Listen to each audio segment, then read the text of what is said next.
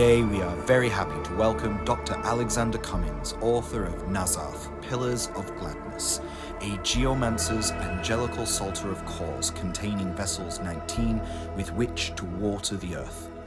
In this episode of the Hadean podcast, Al and I discuss the panoply of influences which coalesce to produce this text, the origins of geomancy, the work of Dr. D and Edward Kelly, which became the multifaceted practice of modern Enochian magic, the Edenic tongue and mythic Adam, and the methodologies which constellated to create this received and refined psalter of calls, which Dr. Cummins recommends for use with our own explorations in the realm of practical geomancy and divination.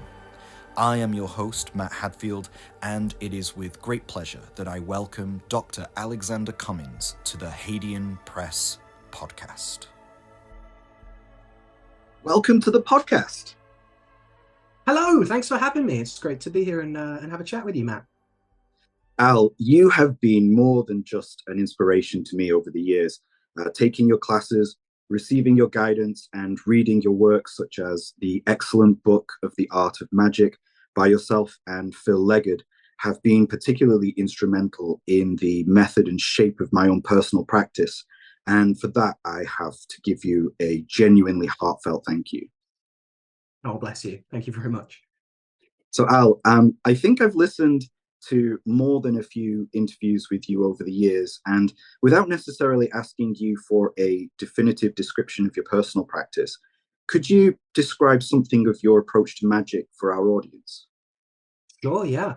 I think one of the things that is increasingly becoming apparent for me is a deep abiding influence. We can start from that point, like influence from study of the various pre-modern folk magicians, service magicians, local spirit workers, and wise women that get called collectively cunning folk, and the traditions of English folk magic from the early modern period specifically are a huge influence on me, and increasingly feeling that my practice is rooted in that, really, which can have expression in the kinds of divination I do, which is mostly geomancy, European Renaissance geomancy, as well as my engagement with grimoire materials and working with manuals of spirit conjuration, as well as being very invested in work with the dead, both like ancestor work and also the dead, local dead of your nearest cemetery, as well as like the quote great dead of like particularly inspiring tutelary shades and things like that. And so, yeah, I guess those are the three streams that I tend to find my work most coherent to myself, shall we say. Yeah, geomancy, folk necromancy, and cunning craft. Interesting. So today we are specifically talking about your most recent book from Hadean Press. I say book, I think psalter would perhaps be a better term to describe it. You've named it NAZARTH, Pillars of Gladness, or a geomancer's angelical psalter of calls containing vessels 19 of which to water the earth, which is an absolutely fantastic title, bristling with magic and strong overtones of Enochiana and gematria. I think we could spend most of this hour together discussing exactly what all of this means specifically, but in brief, could you describe what a psalter is and what is the meaning of NAZARTH and the Pillars of Gladness? Sure. Yeah. So a psalter in general is a collection of psalms or prayers or orisons. There's a little bit of overlap when you start to get into like folk Catholic practice, with it being like a book of calls, which like grimoire magicians and witches in your audience will be very familiar with this idea of like a book from which you do your conjurations and calls. And that itself has crossover into like a Liber Spiritum, a beneficially haunted book that isn't just a reference material full of ritual scripts, but is actually like a place that you conjure your spirits out of, so to speak. So a psalter, it's a collection of prayers, a collection of calls or invocations, incantations, if we don't want to get into that technical, what's an invocation, what's an evocation, which is a relatively more recent distinction. You don't see that as much in pre-modern texts. The idea of it is hopefully pretty straightforward. If I can land the explication, it's 19 prayers, calls is probably the most accurate term, which are designed to help a practitioner divine and do operative magic, mostly based around the system of European Renaissance geomancy that I'm most familiar with. The idea is that there are 16 calls in there that cohere, activate, summon, and potentially send forth the spirits and virtues associated with each of the 16 answers or figures that can be derived from Renaissance geomancy. And also 3 calls for more utilitarian purposes. The first for opening any kind of divination at all. The last for closing divination and for expressing gratitude for your spirits and guides for helping you. And then one for clearing what gets called a halted chart, which, without getting into too much depth, geomancy has a really deeply held idea that not every time is good to ask every question. And when one of those 16 figures crops up first in a reading, we abandon the chart because it is a sign not only of potential for deception, it's also a kind of a red alert warning of the capacity for us to deceive ourselves about this matter. And so when a chart is halted like that, when you're doing a reading, and this figure, which is called Rubius, the red one, crops up, we abandon the chart. We might do some reading about like why that's going on, but generally we abandon it and maybe reformulate the question tomorrow once you've like taken a salt bath. Or sometimes a lot of stuff is needed to clear that kind of energy so that you can get a helpful answer. Sometimes not a lot at all. Sometimes it's very obvious. I've been reading professionally geomancy for clients for gosh, a good while now, over a decade. And the answer, the reasons as to why that comes up are varied. You know, someone's been mucking about in a graveyard and brought some hop-alongs home with them, to just like no idea why, it just so happens that way. And so anyway, there is a call in here to clear the energies of a halted chart, and it really any chart that is confusing us to the point of worrying us, not just I don't understand what this is, I'm scratching my head, but that gets us genuinely worried or afraid, which can happen when you're reading about serious things. And so it is NAZARTH is a collection of 19 partially like received or channeled texts involving these prayers or these calls in English, as well as the angelical language that gets called Enochian. When you say that a chart could be halted, is that similar in astrology, where you have via combustor? That this is not necessarily a good time to do some things. Yeah, potentially. Yeah, it has crossover with like weather conditions. Some geomantic handbooks recommend you not read while there's a storm going on and that kind of thing. So yeah, I'd say they're related. And European Renaissance geomancy is a lot closer to certainly Western practices of astrology as well. Geomancy comes from Ramel, Arabic sand divination, or cutting into sand. And one of the many things that happens as these 10th and 11th century Arabic diviners, as well as merchants and booksellers, spread the good ground news of geomancy, it gets even more heavily astrologized by Europeans, who then take it and run with it in that direction.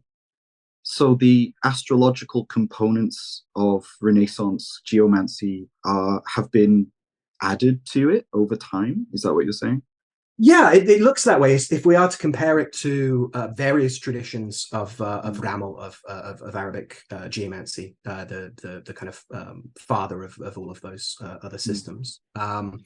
There is some evidence that it may have its roots in astrology. Certainly what we can say by the early modern period is that geomancy is said to be practiced by the use and rules of astrology. It gets called a sister or a daughter of astrology sometimes. And what that means, practically speaking, is if you know your 4 elements, your 7 planets, and maybe even your 12 zodiacal signs, certainly your 12 houses, then you are most of the way to understanding how European Renaissance geomancy works, which is essentially a kind of dirt astrology that revolves around sortilege, around flipping coins, throwing lots, various ways of determining the figures themselves. which are then interpreted according to what we could call correspondences. So each of the 16 figures is ruled by at least one of the 7 planets, and various different astrologers ascribe in their own idiosyncratic ways correspondences to different zodiacal signs as well. Yeah, it's something I'm really interested in becoming more familiar with, because it's a bit of a blank in my knowledge right now. But yeah, I'm very curious to learn about it, and I think maybe your book, while not necessarily being like an introduction to geomancy, really gives an audience an understanding of how geomancy can be applied. Would you? Yeah, absolutely. Yeah, it partly emerged out of like a professional need that I was reading for clients using this geomantic oracle, and also looking for magical remediations when that was appropriate, not just, you know, saying like, this is the forecast, oops, all towers, good luck with that, but being able to look at, can we do something about this? And again, geomancy is really good at assessing, if I'm trying to achieve so-and-so, what do I need to do now to do that? And it can also, as you develop your nuance in reading, be able to tell like whether or not it's saying, yeah, you can definitely do magic about this. It'll be super simple. It'll be super easy. One offering at a crossroads, boom, it's all done. To, oh, this is going to take time and effort and a consistency of practice, versus there's really not a lot you can do about this. This is about enduring this like latest tidal wave of whatever's going on. And you can pick apart all of that stuff. And what it emerged from was being able to highlight, okay, here are a couple of figures or spirits of associated with those figures, those answers that are coming forth, that are marking helpful, beneficial progress and spiritual development for you, but or towards a very concrete aim of, you know, getting my boss to stop being a jerk or whatever it is. Having these calls to be able to like prescribe them and say, hey, read this at this hour over a candle or a variety of other things, and this should help. So they were partly very much designed to be practical and to get people playing with getting under the hood and playing with the magic of geomancy, as well as its strict divination. Yeah, you mentioned earlier about having like ritual baths with them. Yeah, they seem to be highly practical in nature, as opposed to, you know, the more, you know, cerebral or ceremonial style of magic. They're more yeah, in the dirt, not necessarily in a negative sense. I mean that they're very much you know, the part of the easily manipulated things in the world, like materia and things that you can bring into a ritual space and utilize immediately. Is there necessarily anything that the practitioner needs to know about, say, like magical timing or anything in relation to the geomantic characters? Or is it that they can be utilized at any time? Yeah, this is one of the big differences between geomancy and astrology. I would argue that astrology is, you know, is a kind of time magic, right? Like as Proclus says, and as Agrippa loves to quote, time is the motion of the celestial bodies. And it's absolutely, you know, about the time that you ask the question. That's the basis of like horary reading, as well as like electing a suitable time to do something or not do something. Geomancy is more like space magic or place magic. I think we could argue it is very much engaged in the grassroots bottom up of working with the virtues of the seeds of the stars, as the prayer of the gnomes says, like that are in the earth already. The idea that like we are dealing with ultimately, you know, worldly things. That's what the geo in geomancy means. It doesn't just refer to like 1/4 of the 4 classical elements. It's an oracle of worldly affairs, of things that happen on, just under, and just over the earth, right? The whole world. And so it doesn't have as many strictures around timing.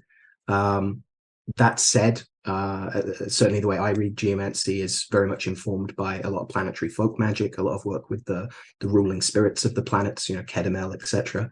And I will say that, like, as an added component, being able to time at least by planetary day and hour is incredibly useful. So if you're going to work with a Jupiterian figure of let's say, you know, creativity and revitalization, Laetitia, which translates as joy, right, or gladness sometimes, which is especially good. I read it as a watery figure, is especially good for baths to revitalize us and help us feel new and hopeful again.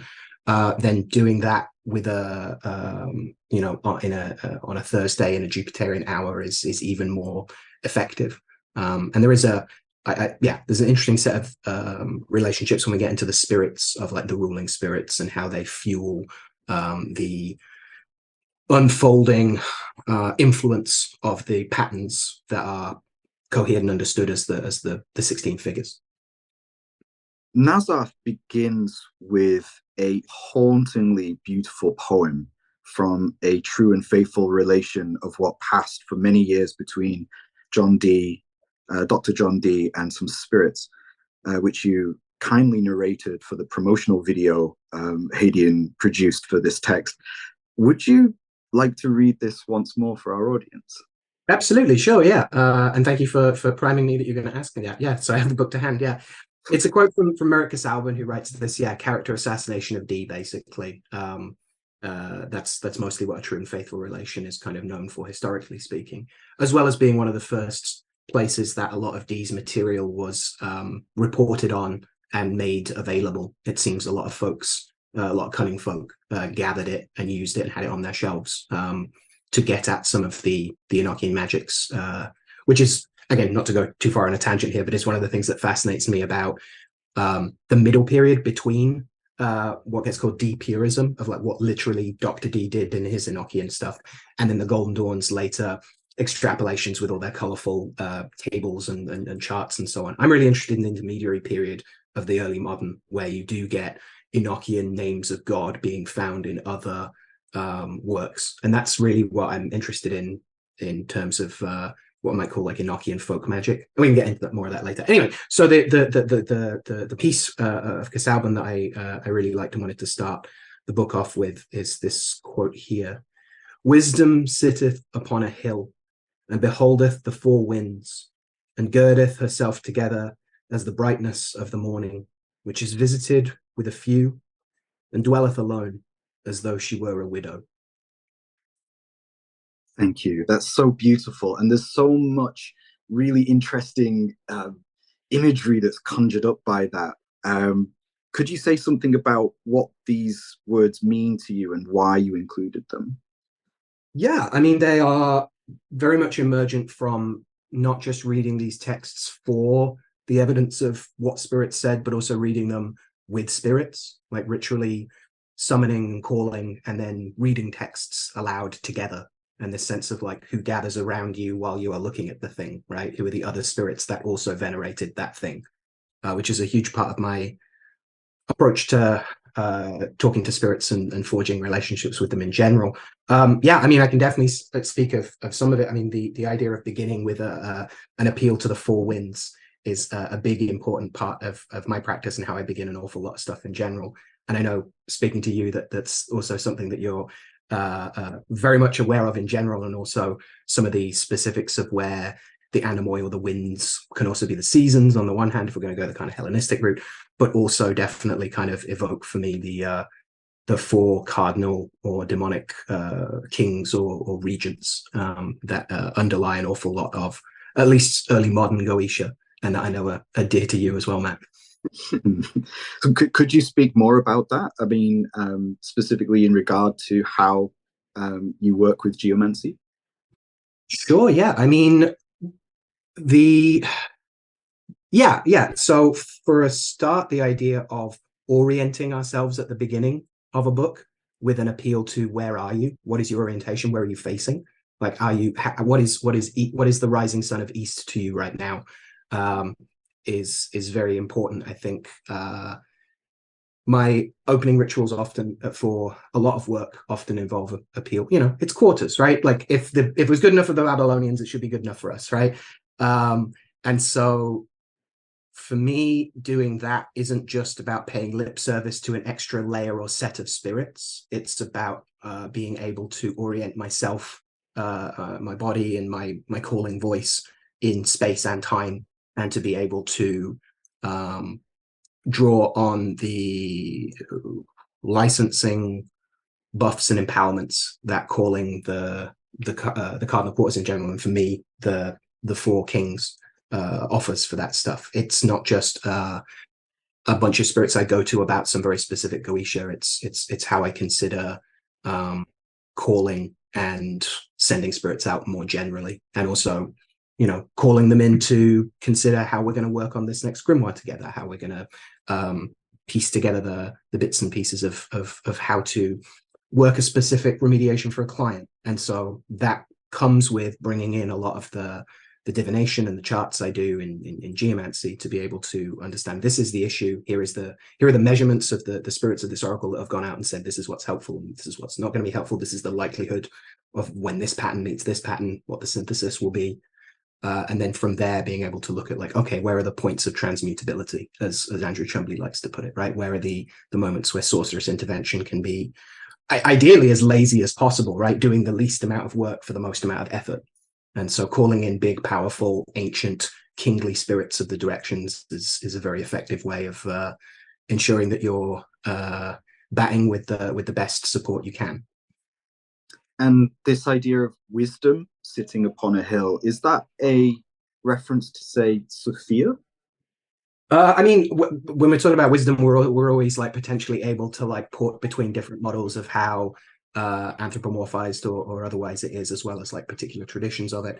I think increasingly for me, the idea of divination and magic segue into each other. You know, even if we're talking about like the simplicity of like a tarot reading where you have a significator card, where you're like, I identify with this card as being like addressing me and being able to find myself in this position. That is a, you know, that's a kind of magic once you take that significator and like put it in your pocket to like give you good luck on your day out, or like put it up on your altar to consider it. So the way divination segues seamlessly into sorcery, right? You've laid out you've created the taxons of different elements of reality, right? Ideally, you're able to plot out a model of what's going to happen or what is currently happening by whatever system of divination you're using, right? Certainly the computational ones like astrology and geomancy. And then from there, being able to find ways for that to make sense. So like on the one hand, they're not so separate. And the other part is it seems to be increasingly about cohering wise action, right? Wisdom is not just knowing a bunch of things. It's also knowing when to duck, right? It's knowing how to apply that knowledge. And so the idea of like seeking clarity, if you don't know what else to pray for health and pray for clarity.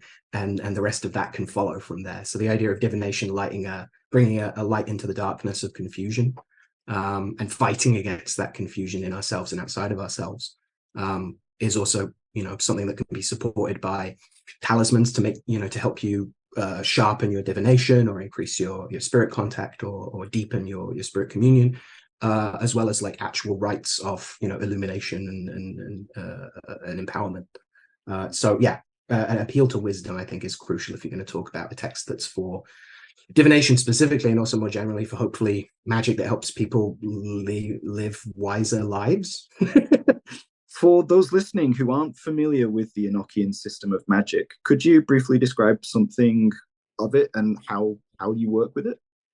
Yeah, for sure. So the systems plural that get called Enochian magic are derived from the work of Dr. John Dee, court magus to Elizabeth I. He famously sets her coronation date by an astrological election, and is involved in a bunch of other things.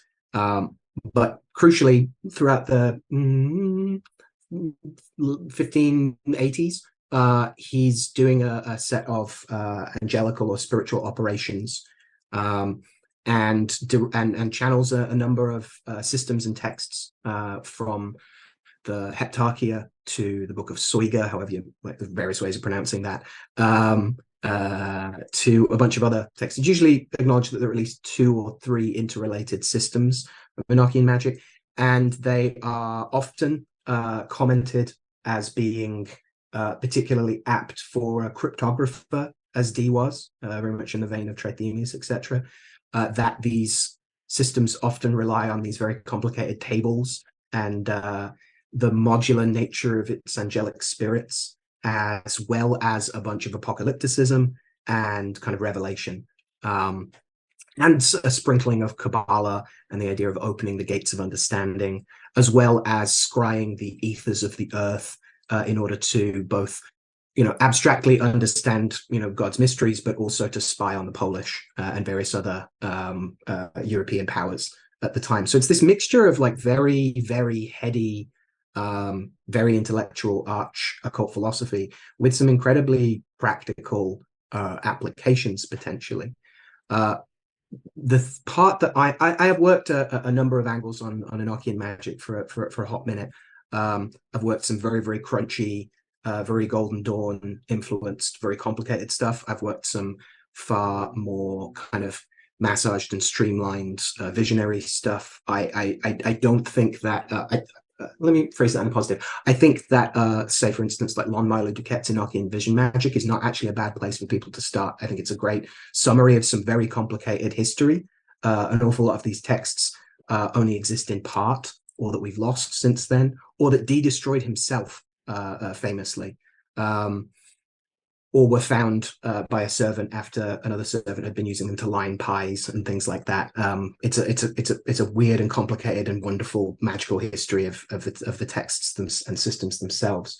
But so I've worked a number of those kind of different approaches, and so I can give recommendations for that kind of thing. But for me, what's stuck is the language itself.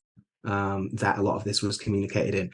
And honestly, you don't actually need to know anything about Enochian magic in order to use the calls in NAZARTH. That was kind of the point, right? Is it was a one-stop shop for initially for my clients and students to have a resource that could cohere these things. And the reason it interests me so much, partly, is just in general, ritual languages are really useful for spirit work, to delineate different kinds of communication and things like that. But also, if we take seriously the reports of the spirits that delivered it to Dee and Kelly, it is meant to be the original language of creation. It is an Adamical language, which I think we were going to get into at some point. Actually, yeah, that's the next question, really, and it's. I just made a note as well here saying language on the underline. Throughout your written work, you make a significant point of underscoring the importance of Adam. He arrives as one of the tutelary patriarchs to the infamous Humphrey Gilbert and John Davis in your An Excellent Book of Magic. And here in NAZARTH, you describe the language of the angels themselves as Adamical. Could you say something about the importance of this ancient mythic figure in expressions of magic and the value of having a universal sacred language? Yeah, absolutely. So the reason the angelical work of Dr. Dee is called Enochian, and to my knowledge, he doesn't refer to the work by that name, that's a name that gets appended later, is because he is searching for the books of Enoch. He is searching for the works of this biblical ancestor of book magic, who is said to have communicated directly with God in the language of God, and then been subsumed into heaven and maybe got promoted to Metatron in some folklore. So the idea is he's looking for the lost works, these sacred wisdoms of just generally powerful magic, and then realizes that in order to be able to understand them, he's going to have to speak the language of angels. And so language becomes this other crucial component, combined with his endeavors with scrying with a stone or a mirror or a variety of other show stones and scrying equipment. So he's invested in doing that. The other side of this is that when he starts receiving a language from these supposedly angelical spirits, and there's arguments as to how Christian or angelic the spirits of the Enochian system actually are. Certainly Dee was hoping they were. Is that they themselves refer to the language as Adamical. It's not just a natural language, as the term that gets used sometimes, this universal language that like everything can understand. That's the idea. But also that it's based around being the language that was spoken in Eden. It is an Edenic language. It's the language of Adam. And there is this big endeavor more widely in early modern occult philosophy to get at the true language of nature, and to be able, that we can't understand nature until we can speak its language. And that for Dee and for a variety of other occult philosophers and magicians, the Enochian language, the angelical language, fulfilled those needs. And so you've got a variety of spirits throughout Dee's diaries saying that this is a language taught in paradise by infusion to Adam, that Adam spoke of all the animals properly, naming them properly by their natures, that these aren't just arbitrary mouth noises that he assigns to the animals. These are, in fact, deliberate emblems of their essential natures and of their descriptions. So time and time again, we have this idea that Adam, who is already considered to have had, I don't want to say a superhuman, but an ultra-human understanding of the world that's been loaded into him directly by God, that he has this supposedly perfect imbued knowledge, which allows him to have to understand and use all of the herbs and animals and stones and metals that are found in Eden, as well as being able to converse with all the animals, obviously, but all the spirits that are in Eden, including a bunch of daimones or even demons, including speaking to the winds again. And that if we take seriously Enochian's own claims about its language, it provides us a set of tools for working with spirits that don't require an engagement with the other components of various Enochian systems. So literally just employing the language itself. Yeah. So I'm really fascinated by this idea of how in the mythological Adam, by naming things, he was dividing them from nothingness, in a sense. By, like you say, the name themselves are almost like emblematic of the nature of the thing itself as well. Yeah, so you have a couple of things here that I think is super interesting. Firstly, there's the naming is a kind of pacting, right? And I'm very interested in exploring how the first ancestor, the first father, the first magician, the first geomancer, according to an awful lot of like Jewish and Islamic law, is able to do these miraculous things and to already have these existing pacts that we too can appeal to when we work around Animalia, when we work with animals, when we work with materia, right? There is a notion, certainly in the early modern, they're very interested in this being a symbol of Adam's dominion over nature, and this idea of like, this shows that we are patting ourselves on the back, God's most important specialist children, and we get to ruin the earth as however we like, because damn it, we're in charge now. As opposed to a bunch of ideas around this being a pact of mutual agreement, there are arguments that refute this notion that that Adam's naming is about control and dominion, chiefly that they argue that, well, we still try and control animals after the fall. So if God takes away the blessings of prelapsarian humanity and we're still able to do this thing, that can't have been one of the blessings. And I think that's a really powerful argument. There's a lot of feminist critique around dominion as well, around what that means in terms of like equity and gender and things. But I'm especially interested in the idea that like he has established pacts that we can also appeal to, and that these pacts are about about working together. Again, remember before the fall, supposedly, you know, Adam and Eve are both like strict vegetarians. They have no use for wool or any of the pelts of these animals because they're, you know, not ashamed of their nakedness. They have no need for animals to ride horses or anything like that. They can get to where they need to get to in time. And so exploring what it means, exploring what Adam means as a powerful ancestor for a start, like the full folk necromancy of this, go back to source, right? Go back to everyone's dad, as well as exploring what it means to work in harmony with spirits and as best we can with nature. Okay, so what you're saying really is, for instance, Enochian, the language of Enochian itself can be used in this same method, in the same way that Adam used it specifically to cohere specific forces in nature and to how do you put it, to muster specific virtues, to effectuate change. Yeah, it instantiates the same virtues and coherences of interrelationality. Yeah, it is literally like a terroir of the speech of Eden, right? You are appealing in precedent. This has already been done, like classic conjurational kind of protocols there, as Adam did this. There are calls throughout early modern books of conjuration that say that conjure spirits specifically by the words that Adam heard and spake. So that's already like canon. This isn't me like just deciding to shove Adam into a bunch of things. Like he's right there, right? You know, one of the most famous folk heroes and demigods, ancestors that we have. Yeah, so you are appealing to something that's already been established. It can be understood and listened to. And again, like the Archangel Raphael, when he turns up in Dee's diaries and journals of this work, says like everything will understand this language.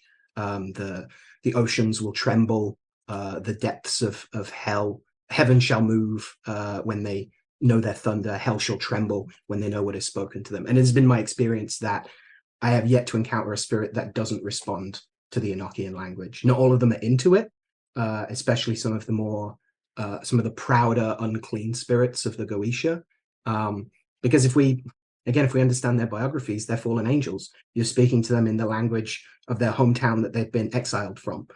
And so that definitely gets a reaction. It's not always a positive reaction, but it does get them talking and in the room. And from there, we can calm them down or continue to exacerbate them as we're trying to do what we're trying to do. So you've described geomancy in the text as the 16 4-bit binary figures that constitute the popular geomancy of the European Renaissance, which apply astrological understandings to earthly lots in a dialectic of elemental transmutation. Could you elaborate on this and exactly how somebody who's never approached divination at all could bring geomancy into their practice? Sure, yeah. So for a start, if we concentrate on the idea of like elemental transmutation or transformation, I'm very much drawing on inspiration from my friend and colleague Sam Block, who writes his Polyphonies on the Digital Ambler and does amazing work on geomancy amongst many other topics that he writes so eloquently on. And he talks about how the forms of the figures, and again, 2-bit binary 4-part structure might sound a bit confusing. If folks are familiar with the I Ching at all, and it's broken and unbroken line hexagrams, 6 lines of broken or unbroken, representing a set of reiterations of different yin and yang of different elemental or cosmological forces. Geomancy does very much the same thing. It only has 4 instead of 6, so it's like a travel I Ching, and each of those lines themselves for each figure is connected or understood via the elements. So each figure has a fire line, and an air line, a water line, and an earth line. And so the forms of the figures themselves are little maps of what Sam calls like the theoretical alchemy of them, that they represent a description of a set of patterns of things that happen, right? And crucially, geomancy is particularly singularly useful because it works with this very dialectic process whereby one pattern of energies is understood as literally meeting another and producing a synthesis. So this is true of like all divination, right? Like you're represented at the moment by the Page of Cups, your boss is represented by the King of Wands. Here's how you guys are going to argue or get on, right? So it's always about finding the two things that are relating to each other and what the useful synthesis of that is. The trick with the thing with geomancy is that it's reduced to kind of the mathematical certainties of like how you add the dots of the figures together, which is very hard to explain in audio only. And most books that don't have diagrams like spend an awful lot of time sounding very complicated. You can explain geomancy with a whiteboard, or again, to be traditional, a bunch of sand that you draw things in very, very straightforwardly. And so I'd recommend if people are interested, find a video of someone talking about it like that you can watch as well. I have a couple of them on YouTube. I'm happy to send you links for your audience too if they're interested. So geomancy, like many divinations, seeks to map the unfolding of nature, and it has some particularly dialectic ways of doing that, whereby this pattern of energy, say the moon's dynamism via the figure of like the rivering of lunar influences that can both be the riptide of the river and also its like shallow meandering kind of babbling, and represents shifts and sudden changes and things being up in the air. When that pattern of energy that marks something meets the martial geomantic figure, or the pattern of energy that this martial geomantic figure of Pua produces, it will always produce the synthesis of Albus, a mercurial geomantic figure of wisdom. And so we can derive lessons from this thing. When the young warrior goes out onto the road and seeking the quest, he will eventually come to wisdom, right? So we can understand how these patterns always produce their syntheses. So it's actually a very straightforward system of divination to pick up and start doing. One of the reasons that it's a bit of a lacuna in many otherwise very studied practitioners is that it was so immensely popular by the 18th century that it kind of rendered itself redundant from so many books printing up ever more pulp, ever more streamlined, ever more simplified, ever more populist conception of it, because there was a demand for it, because people liked using it. And then at a certain point, a bunch of occult philosophers went, well, if even servant women are using it, then it can't be that good. And so it just got like kind of brushed to the side. And the Golden Dawn took some perfunctory interest in it, some practitioners more than others. But if you aren't aware of the importance of European Renaissance geomancy, which Agrippa calls like the most accurate divination and is immensely popular, that's not your fault. You've been badly served by our own history. So essentially, it was no longer a cult, so it didn't have a mystique to it anymore. Interesting. Exactly. I didn't know that. Yeah. A victim of its own success in many ways, and the classism that underlies an awful lot of ceremonial magic. Let's be honest. So I often liken it to bass guitar, which I played in punk bands for many years and screamed in the background. It's really easy to pick up. It's really easy to play the root notes and to get a rough idea of like being able to play along. And it takes a lifetime to master the groove and syncopations and all of the specifics. So it's a system that people can pick up very quickly, especially if you have any basis in what gets called, the fundamentals of Western occult philosophy, like the 4 classical elements, the 7 classical planets, and particularly the schema of the 12 houses of heaven, which we use in geomantic shield charts. I'm definitely going to have to remedy this, because I think it's something that I need to be able to deploy in my day-to-day work. I primarily work with the tarot and astrology. Yeah, I think that's generally a good language system to have, but I think, like you said, having this ability to have a travel I Ching in your back pocket all the time is very useful, and I'm all about that, being able to have everything that you need in a small little bag.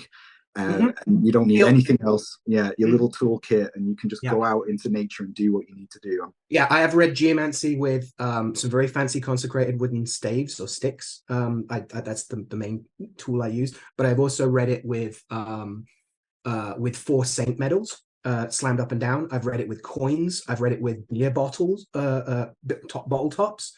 I've read it from the random numbers printed on my train ticket.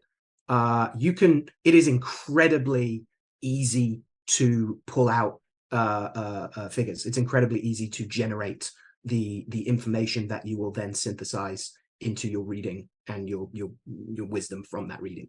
So this isn't simply a methodology of divination. To quote you once more, in understanding the arising and affectivity of the figures, we may not only chart transfigurations, but actually shepherd intentional changes through operative geomantic sorcery. You continue, from these forms, these haunted doorways of possibility and sigil nets that bind what is called forth from them, what new coherencies of reality may be ushered. And first of all, I just have to say that is a fantastic line. I really loved reading that. But could you explain something about that? Yeah, so it's partly what I've already been banging on about how any divination system, I think, potentially at least, holds out the option to do operative sorcery with it, not just describing the world, but changing it in some way, seeking the path of least resistance, looking for the things that we can either appeal to, classically by either governance of like, you have a Saturnine problem, you should do some Saturn work about that to help get on Saturn's good side because it rules the things that are currently like buggering you up. Or, cure by contrary. Oh, you have a Saturnine problem. Let's look for some lunar or Venusian remedies for that because you have an excess of these heavy leaden melancholy influences and you need some more like sanguine and even phlegmatic kind of influences going on.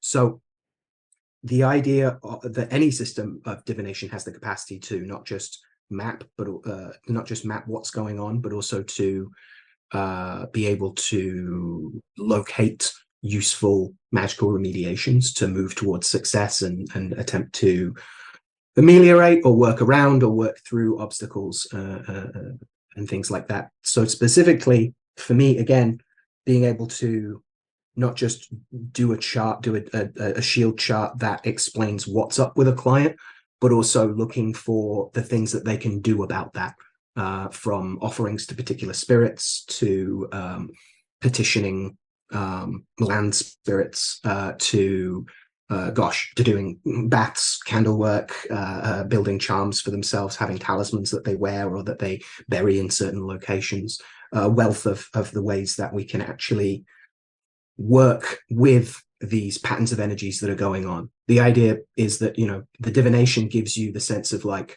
what's happening, and ideally we want to use our magic to get behind the wheel of that pattern of energy and not be hit by the car of it. So that's especially true sometimes of like bad news, right? You know, a chart coming up saying like you are being held back by some haunted amulet that you just won't get rid of, right?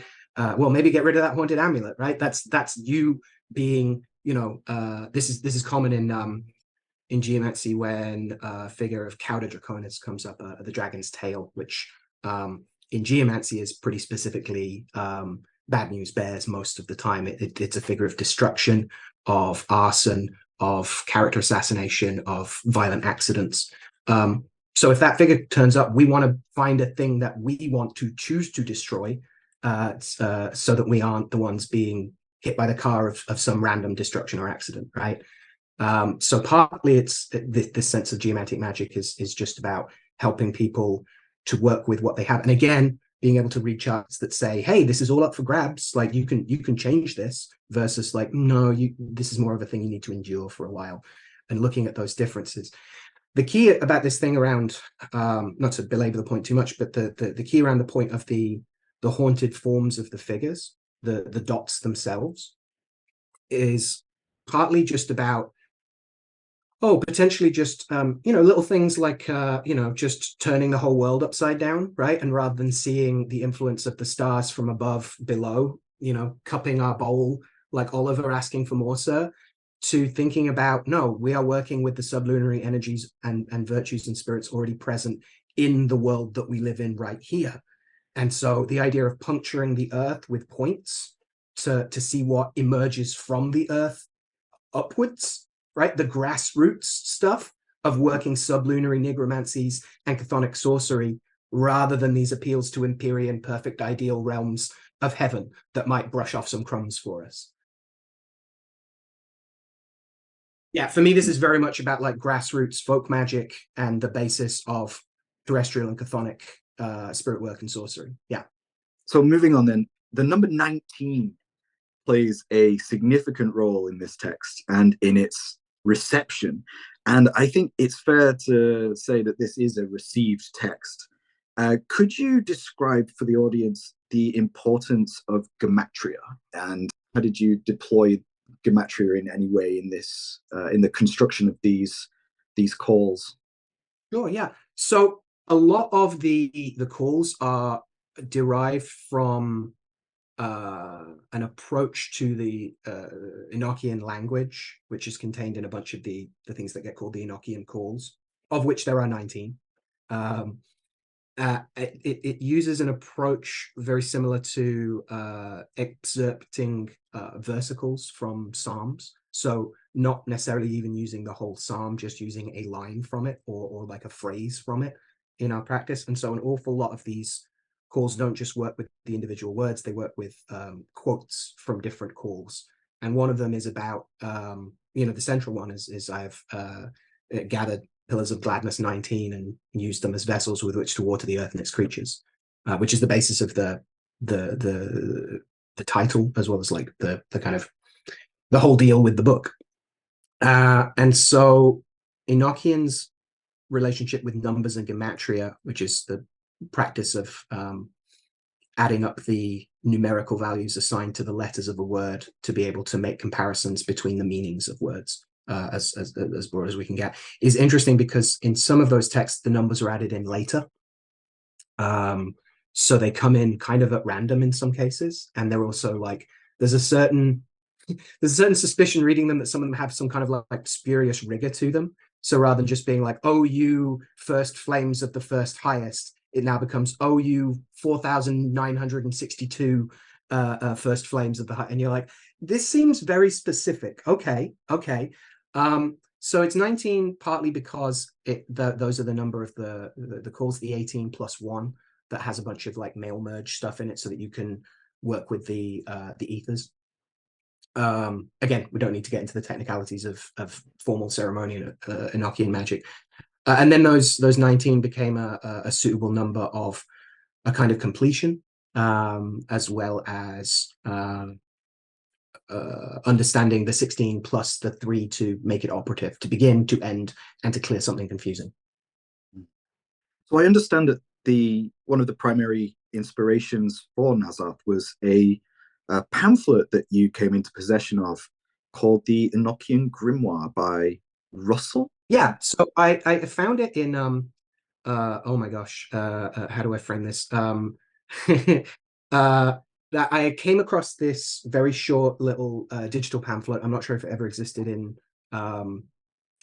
physical print, with a bunch of other treatises and writings and unfinished Word docs and things like that, floating around the dingy alleys of the internet a number of years ago. I'm not sure exactly where it came from, honestly. And what I like about it is that half of it is about very tangible little charms that are also derived from this kind of versical approach to the Enochian calls. So rather than formally reciting them as a ceremonial magician would, just exerting some of the lines about like, I conjure you fire when you light the candle, when you pour your libation. So these very simple, directed, practical charms that evoke the magics and pacts of the Enochian language in your own ritual process. The other half of it is about translating extant folk charms into Enochian, into the angelical language, which include anything from like love charms to protections. It's a very short work. I ended up tracking him down on the internet and asking him like what the deal was, and he was like, "Oh, I just made it. It's just the thing." He didn't really have much to say beyond like, "No, I just did it, for the sake of it." But that was really one of the things that demonstrated to me and showed more than told that you can exert versicles from the wider and more specific ceremonial corpus of Enochiana for a bunch of very practical folk magical ends.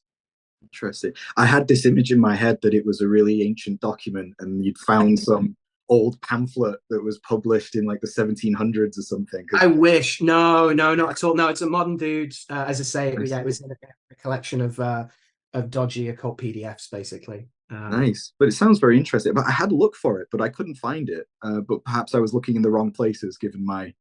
I'd send it along to you. I don't know if he ever sold it. Again, I can reach out to him again. He was like, I was like, "Oh, do you do much other stuff with Enochian?" And he's like, "No, not really." It was not like, I was like very enthusiastic, and he was like very chill, shall we say? Nice. Fine. Okay. So you quote Benjamin Rowe, author of the Enochian Magic Reference, underscoring that the use of Enochian is highly adaptable by its very nature, and it's innovative. If someone were to pick up this Psalter of calls, how could they begin working with them in their personal practice? And is it necessary to be conversant in geomancy or the Enochian system to begin? Nope, that's the idea. No, you don't need it. In fact, sidebar.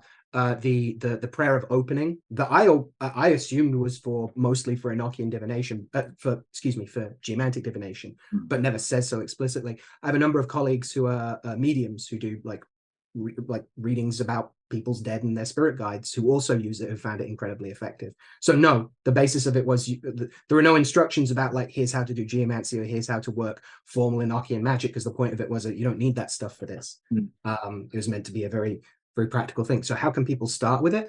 I think there's a couple ways. One would be, sure, you could get a reading from someone, and if it, asking, is there a particular figure whose spirits I can appeal to try and get this thing done.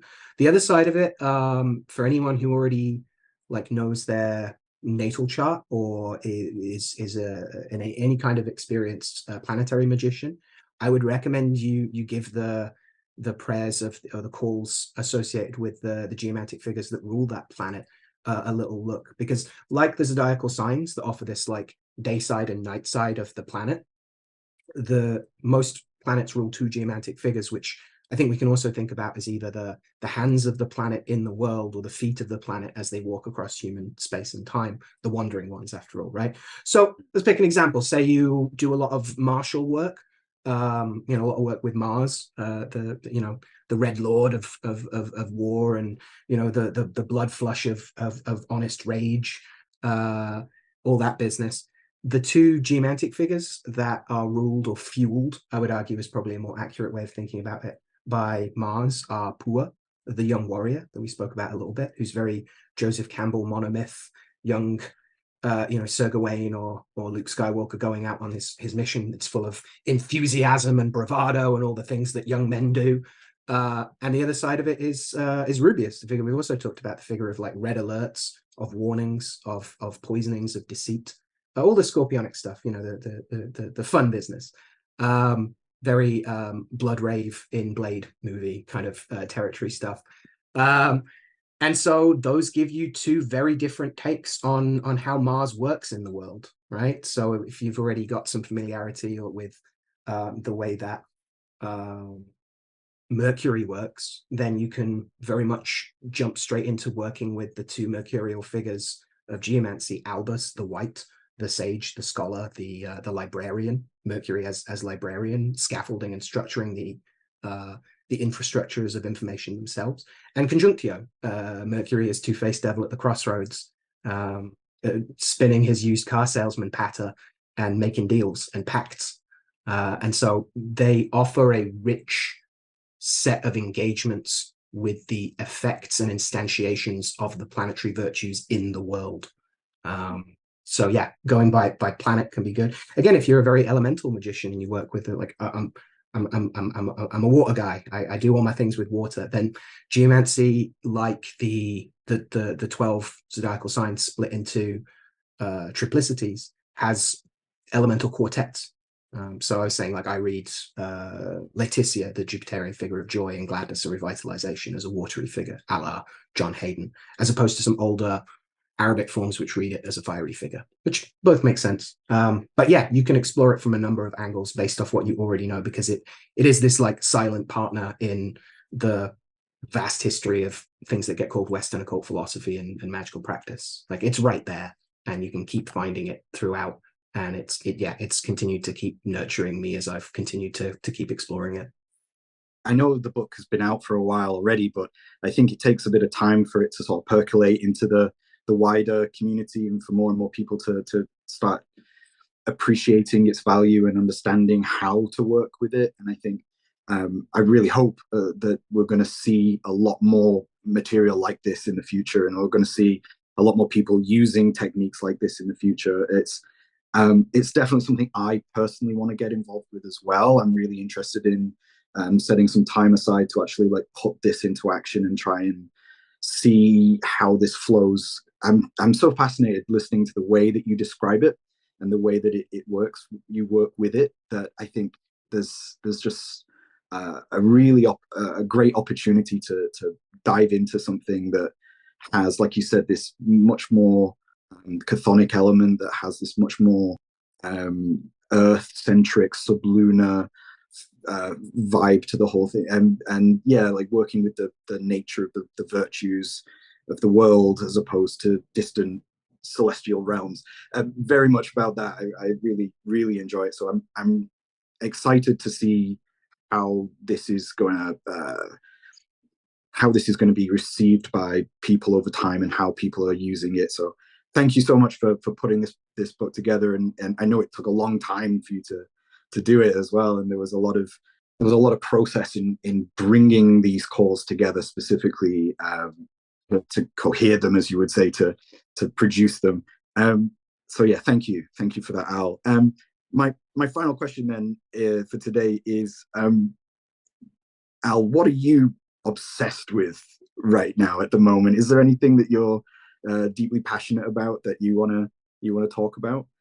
Oh, absolutely, mate. Yeah, I am very, very excited at the moment about ongoing work I'm doing with a short uh, 16th century English grimoire, which calls itself the Book of the Science of Nigromancy, which appears to be relatively popular in some forms across a bunch of different texts. You can find excerpts of it in Emus 173. It was published relatively recently by Dan Harms et al.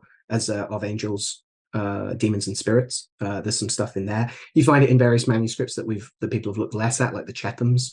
And you also find it in Sloan manuscript 3853 in the wider collection of texts referred to as the book called the Denel, which I know you and I have spoken about a little bit before.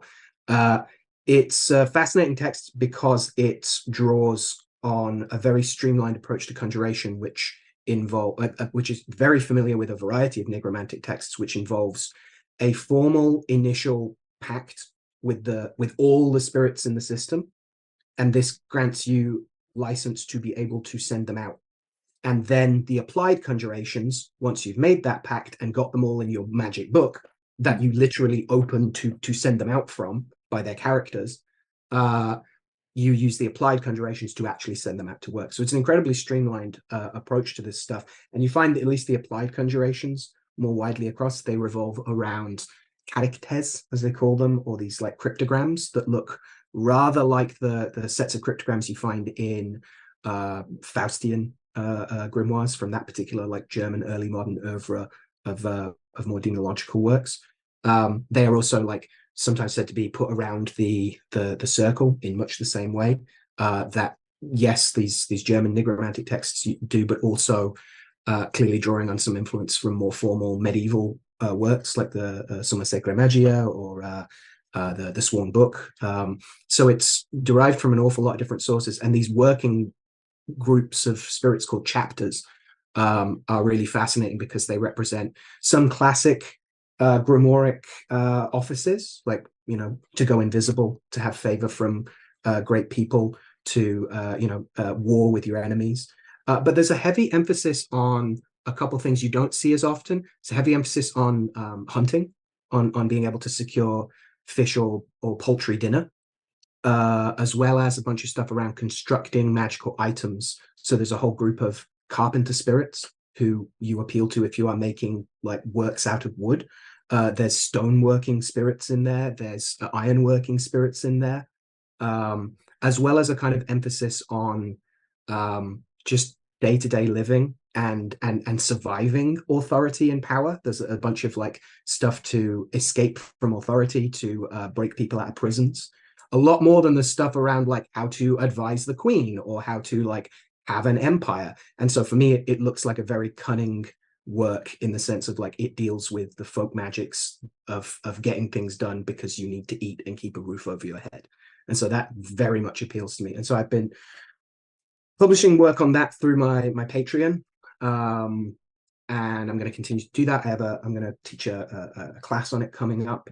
I have a bunch of cunning classes planned. I just finished a whole bunch looking at various aspects of cunning crafts approach to nature, so stuff on agricultural magic, on animals, on keeping livestock and looking after our pets and our house beasts, as one early modern text puts it, as well as like weather magic and a bunch of other stuff. So I have a bunch more classes coming up on cunning approaches to timing, to moon lore, to dreaming, to a couple of other bits and bobs like that. I'm going to continue doing new work on cunning crafts, continue looking at the folk necromancy of a variety of these weird nigromantic grimoires, and I'm continuing to put out detailed studies of the delineations of the 16 geomantic figures across the 12 houses of a full shield chart.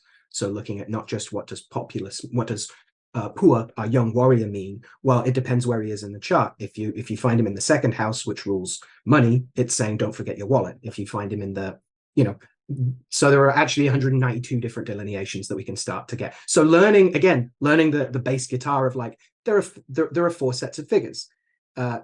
Each of those sets has 4 figures in it. There are 16 figures. I know my 16 figures. I know my 12 houses. Now, if I relate them, I now know 192 different ways of thinking about the nuance of how those virtues and spirits are going to play out in the world. So I'm continuing to write about that.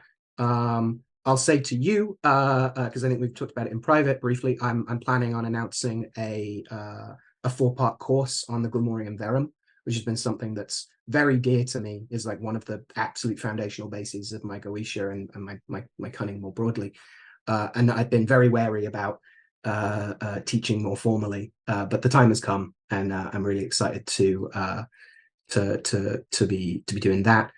Yeah, keeping up Patreon's been really fun. Really grateful for everyone supporting me there. It means I get to spend more time delving into more grimoires and helping people unpick bits and pieces, continuing to look at like folk magical approaches to grimoire work of not just how do we do the big formal everything and the kitchen sink version, but how do we do the version that you just need to get by with, you know? And that doesn't have to be a simplification or a corruption or a because you don't want to do the whole thing. It doesn't have to be that kind of like slovenly approach. It can just be what's sufficient, you know, not over egging our puddings all the time. So yeah, very excited to be doing that. And yeah, have a bunch more classes and courses coming up.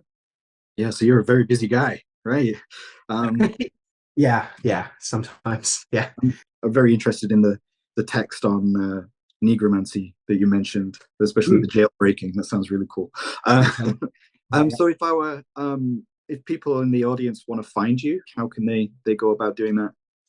I'm up on the gram, like a cool guy. So I'm on the Instagrams as grimoiresontape. You can also find more of the specific classes and books and things like that on my Linktree, which is linktree/grimoiresontape as well. You can head over to my website, which is imaginatively titled alexandercummins.com, which has lists of publications as well as the archive of all my many class recordings and course recordings that folks can buy as recordings to watch in their own time. So yeah, I'm happy to. I'll share links with you and stuff so folks can keep abreast as they'd like. And yeah, if anyone's moved or interested in any of this, then I would consider it a deeply kind, a deep kindness to check out what's going over on my secret library of a Patreon as well. So thank you so much for taking the time to discuss this joyful work with us, Al. It's been a real pleasure, and I'm really looking forward to seeing more from you in the future. Thank you so much, Matt. This has been brilliant to get to talk about this in trying to put this book of calls out without confusing people or telling them they needed to jump through a million hoops. There's not a lot of instruction about how to use them, and so it's really good to get to talk about and get to relate some of the things that students and clients who've reached out to me have already been experimenting with, like the mediums and things like that. So I'm really grateful to get to talk about this work and hopefully encourage some folks to play around with it. That was Dr. Alexander Cummins discussing the multifaceted practice of divination and magic through the haunted doorways of the geomantic figures and use of the Enochian language. His book, NAZARTH, Pillars of Gladness, is a beautifully and painstakingly received and crafted text which aims to both aid and develop the sorcerer's approach to divination. While I have yet to properly work with geomancy, I am inspired through Dr. Cummins' work and words to dive in and begin learning to apply this earth-centered form of divination to my own practice. I think it's difficult to not be moved by listening to Dr. Cummins' passion on the variety of subjects which came together to produce this book. His love for the subject is contagious, and this isn't the first time that he has personally moved me to explore something new. For those of you interested in learning more about Dr. Cummins and his work, links to NAZARTH and his pages can be found in the description below. I am particularly interested in his upcoming projects, and I'm sure it won't be too long until he returns to the podcast tell us more about those in detail. Please subscribe to the podcast, like our videos, comment and share if you can. We are really close to hitting our goal of 1,000 subscribers, so please share this video and our other videos with your friends if you know anyone that would be interested in the subjects of magic, divination and occult philosophy. It would mean the absolute world to all of us at Hadean Press. I really hope that you enjoyed our conversation today, and I look forward to seeing you all again in